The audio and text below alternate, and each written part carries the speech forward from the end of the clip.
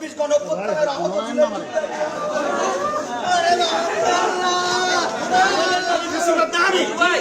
আমি শিক্ষক।